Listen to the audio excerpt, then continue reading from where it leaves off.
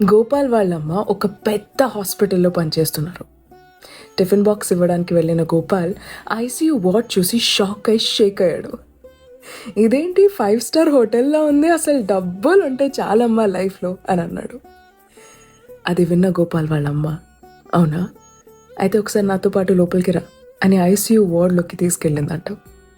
Bed మీద పడున్న ధనవంతులు అడిగిన మొట్టమొదటి ప్రశ్న ఏంటో తెలుసా?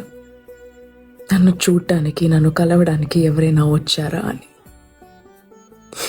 నా కూతురుతో ఒకసారి మాట్లాడవచ్చా అని. ఒక చంటి పిల్ల ఉంది అక్కడ ఐసీయూ వార్డ్లో, అమ్మ కావాలి అని ఏడుస్తుంది. ఎంతో పర్ఫెక్ట్గా కుక్ చేసిన ఫుడ్ తీసుకుని వచ్చి పెడితే వద్దు మా అమ్మ పెట్టాలి అని ఏడుస్తుంది. బయటికి తీసుకొచ్చాక చెప్పింది గోపాల్ వాళ్ళ అమ్మ గోపాల్కి, యా డబ్బులు నీకు మంచి హాస్పిటల్ ఇవ్వచ్చు, కానీ నీ చివరి క్షణాల్లో నీకు ఇంకా బ్రతకాలి అనిపించేలా చేయగలిగేదే కేవలం నువ్వు ప్రేమించే మనుషులు మాత్రమే అని. అండ్ అది నువ్వు ఎప్పటికీ కొనుక్కోలేవు. అండ్ ఇక నాకు నచ్చింది. నీకు నచ్చిందా?